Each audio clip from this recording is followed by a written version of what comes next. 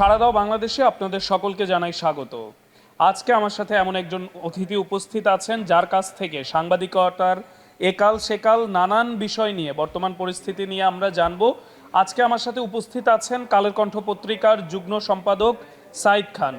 স্বাগত আপনাকে আমাদের অনুষ্ঠানে। আপনাকেও ধন্যবাদ এবং দর্শক যারা দেখছেন তাদেরকেও স্বাগত জানাচ্ছি। জুলাই আগস্ট বিপ্লবের সময় আপনি গ্রেফতার হয়েছিলেন সাংবাদিকতার পেশাজীবী দায়িত্ব পালন করার জন্য।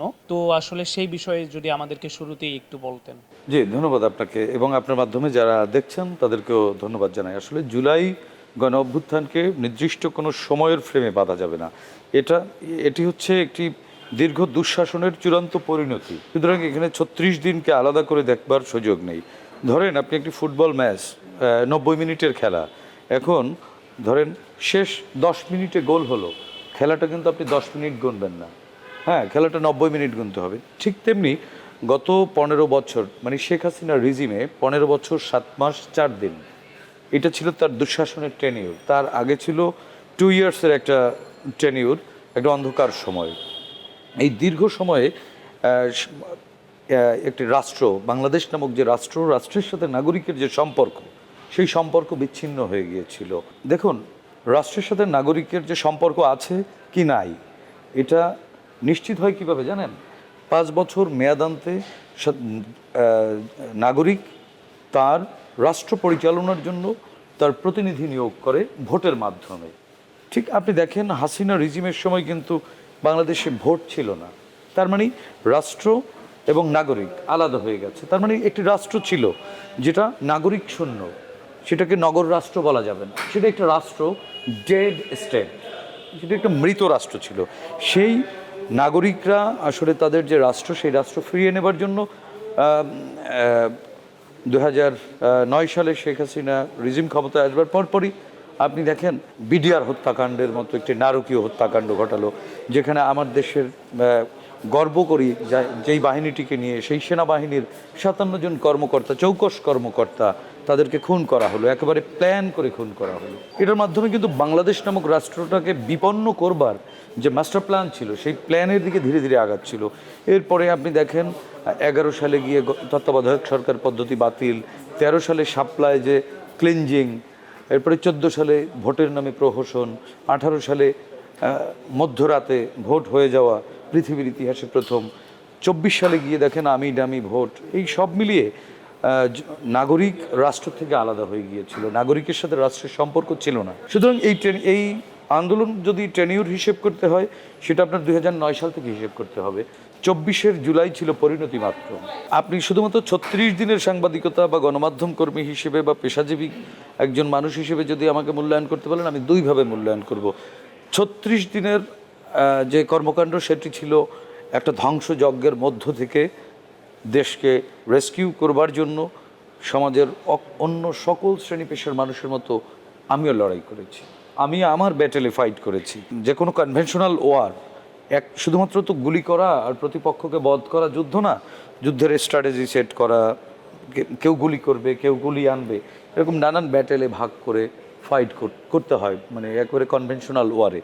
ঠিক তেমনি হাসিনার রিজিমের বিরুদ্ধে সাধারণ মানুষ, কৃষক লড়েছে, শ্রমিক লড়েছে, ছাত্র লড়েছে, পেশাজীবীরা লড়েছে, রাজনৈতিক দলের নেতারাও লড়েছে। একটা দুঃসাধ্য সাধন করেছে গোটা জাতি মিলে। এবং এখানে 36 দিনে 1482 জন শহীদ হয়েছে। এই হিসেবটির সাথে আরও যোগ করতে হবে গত 15 বছরে যে শেখ হাসিনার দুঃশাসনের সময় যে প্রায় 480 জনের মতো ইনভিজিবল হয়ে যাওয়া, এরপরে অ্যাবডাকশন আছে এর সাথে, হ্যাঁ, এরপরে জুডিশিয়াল কিলিং আছে, নানান হিসেব নিকেশে প্রচুর ত্যাগ আছে, প্রচুর রক্ত আছে। সব কিছু মিলিয়ে গোটা 15 বছর 7 মাস পরে বাংলাদেশ মুক্তি পেয়েছে। এই সময়টাতে আমার মতো আপনিও লড়েছেন, সবাই লড়েছে, সব শ্রেণী পেশার মানুষের ত্যাগ আছে। প্রত্যেকটা মানুষ স্বাধীনভাবে তার পেশায় কাজ করতে পারেনি, স্বাভাবিক মৃত্যুর কোনো গ্যারান্টি ছিল না, এবং নাগরিক জীবন বলে কোনো জীবন ছিল না। এখানে মৌলিক মানবিক অধিকার কোনো কিছুই ছিল না, সব কিছু হরণ করা হয়েছিল। অনেকে বলে শেখ হাসিনা ফ্যাসিস্ট, না, শেখ হাসিনা মাইক্রো ফ্যাসিস্ট। ফ্যাসিজমকে সে এমন মানে এককেন্দ্রিক একজন ব্যক্তি, অ্যাবসলিউট উনি বলেছেন, উনি স্বেচ্ছায় বলেছেন না না বুঝে বলেছেন আমি জানি না, উনি এক সময় বলেই ফেলেছেন, I need absolute power, absolutism is fascism. Self declare fascist ছিল শেখ হাসিনা। সুতরাং ফ্যাসিস্ট রিজিমে মানুষ তার নাগরিক অধিকার থেকে বঞ্চিত হয়। সুতরাং সব মানুষ সব ধরনের অধিকার থেকে বঞ্চিত ছিল। শুধুমাত্র একটা কাল্ট, শেখ মুজিবকে কাল্ট বানিয়ে তাকে ঘিরে সব কিছু, সকল স্বপ্ন ওই কাল্টের, সকল সম্ভাবনা ওই কাল্টের, এবং গোটা রাষ্ট্র ওই কাল্টকে ঘিরে আবর্তিত হয়েছে, সব কর্মকাণ্ড তাকে ঘিরে। এখানে আর কোনো মানুষ ছিল না। বাংলাদেশটা একটা মৃত রাষ্ট্রে পরিণত করেছিল। আপনার কথার প্রসঙ্গ টেনেই আসলে এই প্রশ্নটি করা। জুলাই আগস্টের সময় যখন আপনি গ্রেফতার হলেন, ওই সময়টাতে আপনার পরিবার কি জানতেন কিনা যে আপনি গ্রেফতার হচ্ছেন, নাকি গুমের কোনো সম্ভাবনা ছিল? জুলাই গণ অভ্যুত্থানের সময় আসলে যাকেই শেখ হাসিনা পেয়েছে তাকেই ধরেছে।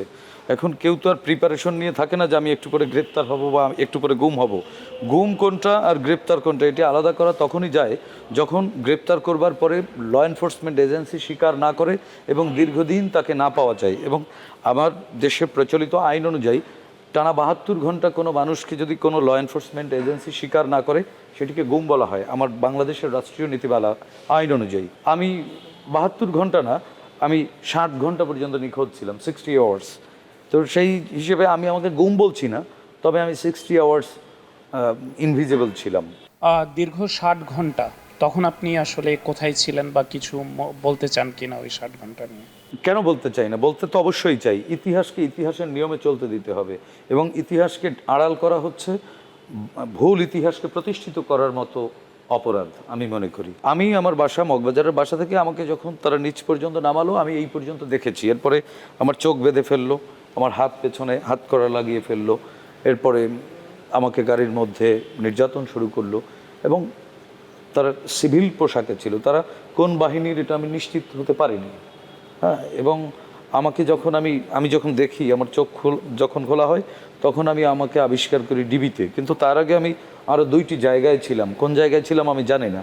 তবে আমি যেহেতু সাংবাদিকতা করি সেহেতু বুটের আওয়াজ, হুইসপারিং বা ভবনের মধ্যে কথা বললে যে সাউন্ড কিভাবে যাচ্ছে, সাউন্ডটা কেমন হচ্ছে, এগুলো হিসেব নিকেশ করে বা এগুলো অ্যাসেস করে আমার যেটা মনে হয়েছে আমি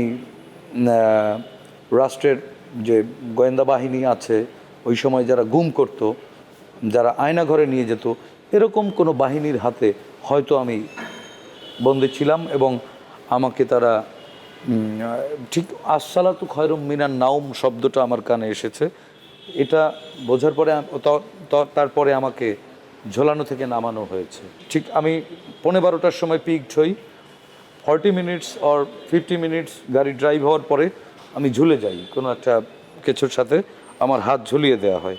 তো সেই হিসেবে 5.5 ঘন্টার মতো আমাকে নির্যাতন করা হয়েছে। একটানা 5.5 ঘন্টা তো পেটায়নি, থেমে থেমে নানান ইস্যুতে আমাকে নির্যাতন করা হয়েছে।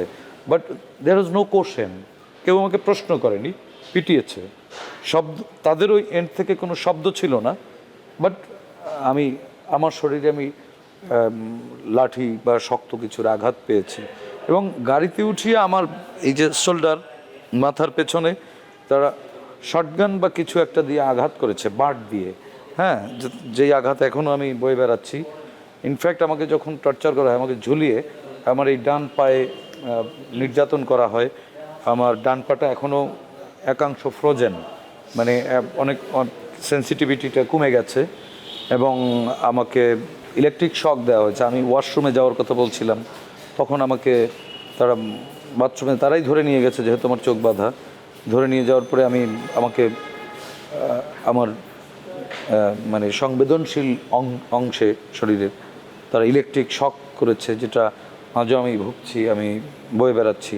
সাংবাদিকতায় অনেক বছর ধরে লেখালেখিতে ব্যস্ত আছেন, ইলেকট্রনিক মিডিয়া সব কিছু মিলিয়ে আপনি একেবারে অনলাইন মিডিয়া থেকে শুরু করে সব জায়গায় আমি দেখেছি আপনার পদচারণা রয়েছে। আমি এই মুহূর্তে জানতে চাই যে সাংবাদিকতায় একাল সেকাল বহুকাল আপনি দেখেছেন নিজের চোখে, বর্তমানে স্বাধীন গণমাধ্যমের অবস্থা ঠিক কতটা? দেখুন, আসলে সাংবাদিকতা কখনোই স্বাধীন ছিল না। আপনি দেখবেন বিভিন্ন কক্ষের সামনে লেখা থাকে বিনা অনুমতিতে প্রবেশ নিষেধ। তার মানে এই কক্ষে কিছু একটা ঘটে যেটা মানুষকে জানাতে চায় না, মানুষকে জানতে দেয়া হবে না। এই যে কক্ষটিতে লেখা বিনা অনুমতিতে প্রবেশ নিষেধ, ওই কক্ষের ভিতরে ন্যায়সঙ্গত যা হোক সাধুবাদ, কিন্তু এর বাইরে যেটুকু হয় এটুকুকে জানানোই হচ্ছে সাংবাদিকতা। দেখেন কাজী নজরুল ইসলাম, তাকে আমরা জাতীয় কবি হিসেবে সম্মান করি, জাতির গর্বের জায়গা কাজী নজরুল ইসলাম, তিনিও একজন সংবাদকর্মী ছিলেন, তিনিও একজন সাংবাদিক ছিলেন। তার সাংবাদিকতার টুটি চেপে ধরার জন্যই কিন্তু ব্রিটিশ সরকার অফিসিয়াল সেক্রেসি অ্যাক্ট নামের একটা আইন তৈরি করে। অফিসিয়াল সেক্রেসি অ্যাক্ট, এটি হচ্ছে সাংবাদিকতার টুটি চেপে ধরার জন্য। সুতরাং একাল সেকাল কোনো কালেই সাংবাদিকতা স্বাধীন ছিল না। এখন আমার স্বাধীনতা কোনটুকু? যখন আমি ভালো থাকবো আমি মনে করবো আমি স্বাধীন, যখন আপনি ভালো থাকবেন তখন আপনি মনে করবেন আপনি স্বাধীন, আমি পরাধীন। এটা হচ্ছে আপেক্ষিক ব্যাপার। সাংবাদিকতার একাল সেকাল কোনো কাল বা ভবিষ্যৎকাল কোনো কালেই স্বাধীনতা থাকবে না, কারণ রাষ্ট্র এবং ক্ষমতাকে প্রশ্ন করাই হচ্ছে গণমাধ্যমের কাজ। আর সবচেয়ে মূল যে প্রবলেমটি সেটি হচ্ছে যে সাংবাদিকরা কি চায় তারা সাংবাদিকতা স্বাধীনভাবে করুক? এটি সবচেয়ে বড় প্রশ্ন। আপনি আমিই তো চাই না যে আমরা স্বাধীন হই, আপনি আমিই চাই যে আমরা কারো না কারোর হই। আমরা কখনোই তো জনগণের হতে চাই নাই, ইনফ্যাক্ট এখনও চাই না। জুলাই গণ অভ্যুত্থান পরবর্তী বাংলাদেশেও আমরা বাংলাদেশের হতে চাই নাই, এখনও বাংলাদেশের হতে চাই না। কেউ এনসিপির হতে চাই, কেউ বিএনপির হতে চাই, কেউ জামাতের হতে চাই, কিছু না কিছু চাই, স্বাধীনতা চাই না। 5ই আগস্ট পরবর্তী বাংলাদেশ নিয়ে কারাগারের ভিতরে থেকে যে স্বপ্ন, কিংবা গত 16 বছর ধরে যে স্বপ্ন লালন করেছিলেন, তার বাস্তবায়ন এই সময়টাতে ঠিক কতটা দেখতে পাচ্ছেন? স্বপ্ন তো মানুষ দেখে প্রচুর, মানুষ কিন্তু 10 সেকেন্ডের বেশি স্বপ্ন দেখে না ঘুমিয়ে দেখলেও, তো 10 সেকেন্ডে কিন্তু 100 বছরের ঘটনা দেখে ফেলে। সুতরাং কারাগারের মধ্য থেকে যে স্বপ্নটা ছিল, একটাই স্বপ্ন ছিল, একটাই মানে চিন্তা করেছিলাম, যদি ফের কোনো দিন মুক্তি পাই, যদি কোনো দিন হাসিনা মুক্ত বাংলাদেশে ফিরতে পারি এবং আদৌ হাসিনা মুক্ত বাংলাদেশ হয়, সেই জায়গায় আমি আজীবন অন্যায়ের বিরুদ্ধে কথা বলে যাব। কারণ আমি মৃত্যু দেখে এসেছি, চোখ রাঙানিকে আমি আর পরোয়া করি না। মৃত্যুর যন্ত্রণা কাকে বলে, মৃত্যু কতটা ভয়ঙ্কর হতে পারে, কতটা নির্মম হতে পারে, তা আমি নিজের চোখে দেখে এসেছি। সুতরাং ভয় আমি মোটেই পাই না, ভয়কে জয় করা শিখে গেছি। সুতরাং আমি 5 তারিখের পরে বাংলাদেশের কেমন পরিবেশ প্রত্যাশা করি, যেমন পরিবেশই হোক, যেখানেই অন্যায় হোক, সেখানে আমি বলবো, সেখানে আমি লিখব এবং সেখানে আমি লড়ব। এটাই আমার স্বপ্ন, এটাই আমার সিদ্ধান্ত, এবং এভাবেই চলতে চাই বাকিটা জীবন। কারণ I think I am in extension life. অনেক চমৎকার উত্তর দিলেন। এমনি আপনি যেই স্বপ্ন নিয়ে কারা মুক্তি হলেন, সেই স্বপ্নকে এখন স্বাভাবিকভাবে স্বাধীনভাবে কার্যক্রম পরিচালনা করতে পারছেন? আমি স্বাধীন, আমি এই কালের কণ্ঠে কাজ করি, কালের কণ্ঠে কোনো প্রতিবন্ধকতা নাই। অনেকে অনেকভাবে বলে যে কর্পোরেট মিডিয়ায় নানান ধরনের বৈরিতা আছে। আরে ভাই, বৈরিতা তো বাবা মায়ের সাথেও হয়। হ্যাঁ, আর আমি তো মনে করি যে চাইলে লেখা যায়, চাইলে লেখা যায়, চাইলে বলা যায়। কালের কণ্ঠ লিখছে না, কেউ বাধা দিচ্ছে, কোনো সেন্সরশিপ নাই, আমরা সেন্সর হয়ে যাই, সেলফ সেন্সরশিপ হয়ে যায়। রাষ্ট্র অত বেশি সেন্সরশিপে যায় না। রাষ্ট্র সেন্সরশিপ তখন করে যখন আপনি দেখায় দেন যে আপনি রাষ্ট্র চাইলে সেন্সরশিপ করতে পারেন। আসলেই মুক্ত থাকা যায় এবং স্বাধীনভাবে বলা যায়। আপনি দেখেন অনেক গণমাধ্যম আছে, নুরুল কবির কথা বলছে না, নুরুল কবিরকে কে কি বলছে? মতিউর রহমান চৌধুরী লিখছে না, তাকে কে কি বলছে? আমরা স্বাধীনতা চাই কিনা, এটা হচ্ছে ইম্পর্টেন্ট। এবং স্পষ্ট উত্তর কি, আমি এই কালের কণ্ঠে আমি কাজ করি, আমি কোনো ব্যারিয়ারের মধ্যে নাই। কালের কণ্ঠের কর্তৃপক্ষ কখনোই জিজ্ঞেস করেনি তো আমার কাছে। সুতরাং গণমাধ্যম স্বাধীন, আমি থাকতে চাই কিনা সেটা হচ্ছে আমার সিদ্ধান্ত। ধন্যবাদ, আপনি খুবই স্পষ্ট উত্তর দিলেন বরাবরের ন্যায়। যেতে চাই ভিন্ন প্রসঙ্গে, সাংবাদিকতার বাইরেও আপনি একজন তুখোর সংগঠক। সেই সংগঠকের জায়গা থেকে দেখতে পেয়েছি জিয়াউর রহমান ফাউন্ডেশনের আপনি একজন সম্মানিত পরিচালক। বিএনপির অ্যাক্টিং চেয়ারম্যানের সাথে সরাসরি কাজ করার অনেক সৌভাগ্য আপনার হয়েছে আমরা জানি, কিন্তু আমাদের কাছে কিছু মধুর স্মৃতি চারণ করতে চান কিনা? ছোট্ট একটু ঘটনা বলবো, সবটা বলবো না। জিয়াউর রহমান ফাউন্ডেশন হচ্ছে ক্ষমতার কেন্দ্রে থেকে, রাজনীতির কেন্দ্রবিন্দুতে থেকেও রাজনীতির বাইরে গিয়ে দেশের জন্য, মানুষের জন্য কাজ যে করা যায়, সেই প্ল্যাটফর্ম হচ্ছে জিয়াউর রহমান ফাউন্ডেশন। বিএনপির ভারপ্রাপ্ত চেয়ারম্যান তারেক রহমান একজন রাজনীতিক, জিয়াউর রহমান ফাউন্ডেশনের প্রেসিডেন্ট তারেক রহমান অন্য আর এক জিনিস। দুই একই ব্যক্তির দুই জায়গায় দুইভাবে বিশ্লেষণ করতে হবে। এখানে জিয়াউর রহমান ফাউন্ডেশনের প্রেসিডেন্ট তারেক রহমান একজন মানবিক মানুষ, একজন দেশপ্রেমিক মানুষ, আর বিএনপির ভারপ্রাপ্ত চেয়ারম্যান তারেক রহমান তুখোর একজন রাজনীতিক, তুখোর একজন রাজনৈতিক সংগঠক, এবং তিনি মানুষের অধিকার নিয়ে কথা বলেন এক জায়গায়, আরেক জায়গায় কল্যাণ নিয়ে কথা বলেন। দুই জায়গায় চরিত্র দুই রকম। আমি যেহেতু জিয়াউর রহমান ফাউন্ডেশনে কাজ করি, জিয়াউর রহমান ফাউন্ডেশনে আমাদের যে মটো সেটি হচ্ছে একটি উদ্যোগ, একটু চেষ্টা এনে দেবে সফলতা, দেশে আসবে স্বনির্ভরতা। এটা হচ্ছে আমরা ছোট ছোট উদ্যোগগুলো পঞ্জীভূত করে মানুষের জন্য কাজ করি, যাতে মানুষের কল্যাণ হয়, মানুষ যাতে ভালো থাকে, দেশ যাতে ভালো থাকে, এভাবেই আমরা কাজ করি। এবং এখানে আমরা রাজনৈতিক দর্শনকে গুরুত্ব না দিয়ে মানবিকতাকেই বেশি গুরুত্ব দিয়ে থাকি। তারেক রহমানের সাথে আমার স্মৃতি যদি বলতে হয় তাহলে একটা স্মৃতি বলবো, একটা কথা বলবো। আমি যেদিন জেল থেকে বেরোই ওই দিন আমার তো ফোন ছিল না। পরের দিন 7 আগস্ট দুপুরবেলা আমি তখন প্রেস ক্লাবের ক্যান্টিনে খাচ্ছিলাম, হঠাৎ করে ফোন চলে এসছে। ফোন আসার পরে আমাকে বললো যে, আমি সেভ করা না নাম্বার, তখন উনি ওনার নাম বলে পরিচয় দিয়ে আমাকে বললেন ওয়েলকাম ব্যাক। গায়ে যেন কাদা না লাগে, যে বিপ্লব করে আসলেন, যে আন্দোলন সফল করে আসলেন, মানুষগুলো যেন সুখে থাকে। আমার চোখে জল চলে আসছে যে একটা মানুষ প্রতিশোধের কথা বলল না, আমার সমস্ত শরীরে ব্যথা, সে ব্যথা ভুলে যেতে বললেন এবং বললেন গায়ে যেন কাদা না লাগে। এটা আমার কাছে মনে হয়েছে যে নিজের আপন বড় ভাই ছোট ভাইকে যেভাবে স্নেহ করে, পরামর্শ দেয়, সেরকম একটি পরামর্শ। আর একটি পরামর্শ আমি বললাম যে আসলে আমি তো মরেও যেতে পারতাম, নাও ফিরতে পারতাম, আমার 2টা বাচ্চা, ওরা তো এতিম হয়ে যেত। উনি একটা কথা বলছে, আমি এই জন্য চিরদিন ওনার কাছে কৃতজ্ঞ এবং ওনার হয়েই থাকবো, অন্তত এই কথাটির কারণে যে আপনার 2 সন্তান কোনোদিনই অভিভাবক হারা হতো না, হয়তো আপনি না ফিরলে আমি ওদের অভিভাবক হতাম। আপনি এইটা নিয়ে আপনি এখন আর মনে কষ্ট পাবেন না। এই যে অভিভাবক হয়ে ওঠার যে মানসিকতা, যে বৃত্তি, এই মানসিকতা, এই মানবিকতাই তারেক রহমানকে অনন্য উচ্চতায় নিয়ে গেছে। এটি তারেক রহমানের মানে নিজস্বতা না, এটি হচ্ছে জিনগত একটা বৈশিষ্ট্য। জিয়াউর রহমান, বেগম খালেদা জিয়া, এরপরে তারেক রহমান, এটি হচ্ছে আসলে জেনেটিক যে ধারাবাহিকতা, মানবিক মানুষ হওয়ার যে ধারাবাহিকতা, সেই ধারাবাহিকতা। উনি আমার কাছে অন্য রকমের একজন মানুষ। উনি আমার কাছে পলিটিশিয়ান না, উনি আমার কাছে অন্য কিছু। নির্বাচন হবেই, নির্বাচন আটকাবে না। যে ট্রেন ছেড়ে দিয়েছে তা গন্তব্যে পৌঁছাবে। যাত্রী কে কয়জন হবে সেটা অন্য ব্যাপার। হ্যাঁ, আপনি আইন শৃঙ্খলা পরিস্থিতি বা নানান পরিস্থিতি, এগুলো আপেক্ষিক ব্যাপার। তো মনে করেন একেবারে সবটুকু যদি ভালো থাকতো না, তাইলেও কিছু মানুষ প্রশ্ন তুলতো এত ভালো না, আবার একটু খারাপ আছে তো এজন্য বলছে যে এত খারাপ হবে কেন।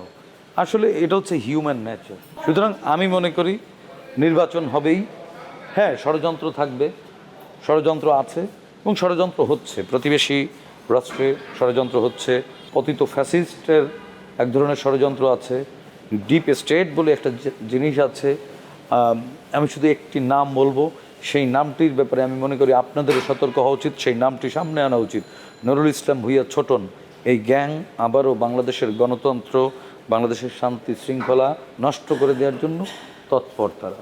সুতরাং রাজনৈতিক দল, সরকার, নাগরিক, 3 পক্ষকেই একই সুরে কথা বলতে হবে। আমরা গণতন্ত্র চাই, আমরা নির্বাচন চাই, আমরা ভোট চাই। খুব কাছ থেকে রাজনৈতিক নেতৃবৃন্দদেরকে দেখার, তাদের সাথে কথা বলার নানান সময় আপনার সুযোগ হয়েছে। কি মনে করেন 5ই আগস্টের পরবর্তী সময়ে এই যে নতুন দল এনসিপি, জামাত, বিএনপি যারাই রয়েছেন, তাদের মধ্যে যে ঐক্যবদ্ধ আচরণ বা ঐক্যবদ্ধতা ছিল, আজকের দিনে দাঁড়িয়ে কি সেই ঐক্যবদ্ধতা আছে কিনা, এবং সেই ঐক্যবদ্ধতায় যদি ফাটল ধরে তার প্রধান কারণ হিসেবে কি মনে করেন? শুনেন, আপনার প্রশ্নটাই আসলে উত্তর। এখানে আমি নতুন করে একটু যুক্ত করি। ঐক্য আছে, ফ্যাসিবাদের বিরুদ্ধে জাতীয় ঐক্য আছে, সাধারণ মানুষের মধ্যেও ঐক্য আছে।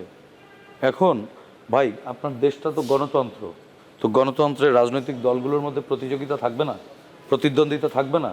ধরেন একটা ক্লাসের 10 জন স্টুডেন্ট, 10 জনে কি ফার্স্ট হবে? 1 থেকে 10, কেউ 1 হবে, কেউ 10 হবে, তাই না?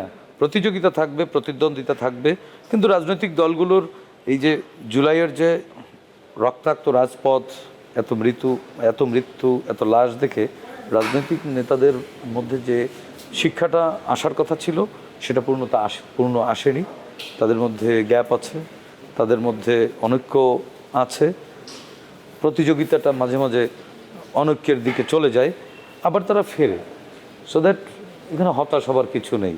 একটা ভ্যাকুয়াম তৈরি হয়েছে, তো এই শূন্য জায়গা কেউ না কেউ দখল করতে চাইবে, সেটা প্রতিযোগিতা, আর এটা ফাটল না। ধন্যবাদ। আরেকটি প্রসঙ্গে যেতে চাই, তরুণ যারা সাংবাদিকতায় আসছে সে সকল তরুণ সাংবাদিকদের উদ্দেশ্যে আসলে আপনার উপদেশমূলক যদি কোনো বার্তা। লেখার আগে পড়তে হবে, লিখতে হলে জানতে হবে। দেখলাম আর লিখলাম, কোনটুকু লিখবো? একজন কবি কবিতা লিখবে, সে যা ইচ্ছা তাই লিখতে পারে।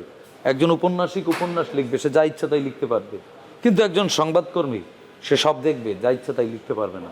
এখানেই হচ্ছে পার্থক্য। কলম থাকলেই লেখা যায় না, লেখার আগে পড়তে হবে, পড়ার আগে জানতে হবে। তরুণদের সাংবাদিকতায় আসার পরই যেটি সবচেয়ে বড় একটি অভিযোগ বা বড় একটি সমস্যার মধ্য দিয়ে যায়, সাংবাদিকতায় আসলে আমাদের যেই বেতন বা সুযোগ সুবিধাগুলো সেগুলো অনেক সময় ইনসাফিসিয়েন্ট হয়। তো সেই ব্যাপারে আসলে তরুণদের উদ্দেশ্যে কি বলার আছে? এখানে মিলবে না আপনার সাথে আমার, যেহেতু আমি একজন ইউনিয়নিস্টের ভাষায় বলতে গেলে একরকম বলতে হবে, আর যদি আমার পার্সোনাল ওপিনিয়ন বলেন তাহলে আমি অন্যভাবে বলবো। আমি ইউনিয়নের ভাষায় বললাম না, পার্সোনাল জায়গা থেকে বললাম। সাংবাদিকদেরকে পেশাজীবী বলা হয়, ঠিক আছে? কিন্তু চাকরিজীবী না। চাকরিজীবীর বেতনের বিষয় থাকে, আপনি পেশাজীবীর তো কোনো বেতন নাই, কে ঠিক করে দিবে? কারণ আপনি চাকরিজীবী যদি হন, 9টা 5টা ঘড়ি দেখে অফিস করেন, সেটা এক হিসেব। সুতরাং সাংবাদিকদের বেতন, হ্যাঁ বেতন বৈষম্য আছে এখানে, রাষ্ট্রের আরও ভূমিকা নেওয়া উচিত। এখন আমি আরও একটু নির্মোহভাবে বলি, খারাপ লাগবে অনেকের।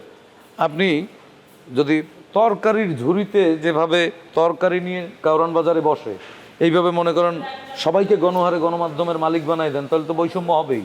তো গণমাধ্যম দিয়ে দিলেন এমন ব্যক্তিকে যে নিজেই চলতে পারে না।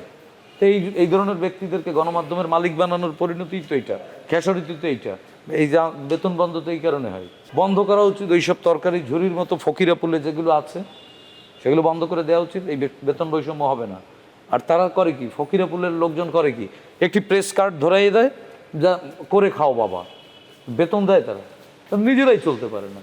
এটার জন্য সরকার দায়ী, তথ্যমন্ত্রী দায়ী। এর আগের যে তথ্যমন্ত্রীরা ছিল, তথ্য সচিবরা ছিল, তাদের গ্রেপ্তার করা উচিত এজন্য। যে এরকম কাঁচা তরকারির বাজারে যেভাবে গণহারে পাইকারি রেটে বিক্রি হয়, ওইভাবে দিছে কেন গণমাধ্যম?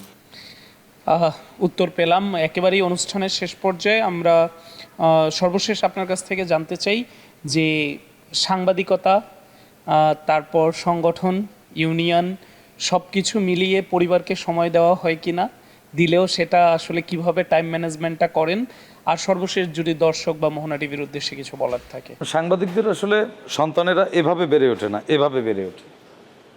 সাংবাদিকদের সন্তানেরা এভাবে বড় হয় না, এভাবে হয়।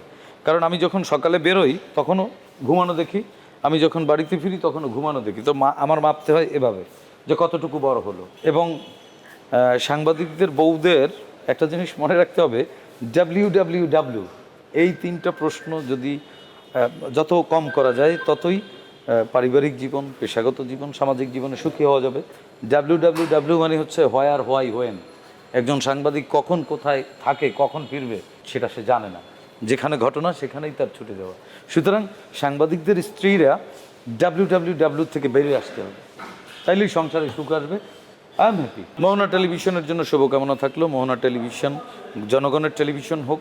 মোহনা টেলিভিশন আপনার আমার কথা না বলে সাধারণ মানুষের কথা বলুক, এবং সাধারণ মানুষের টেলিভিশন হোক, এটাই প্রত্যাশা। ধন্যবাদ আপনাকে।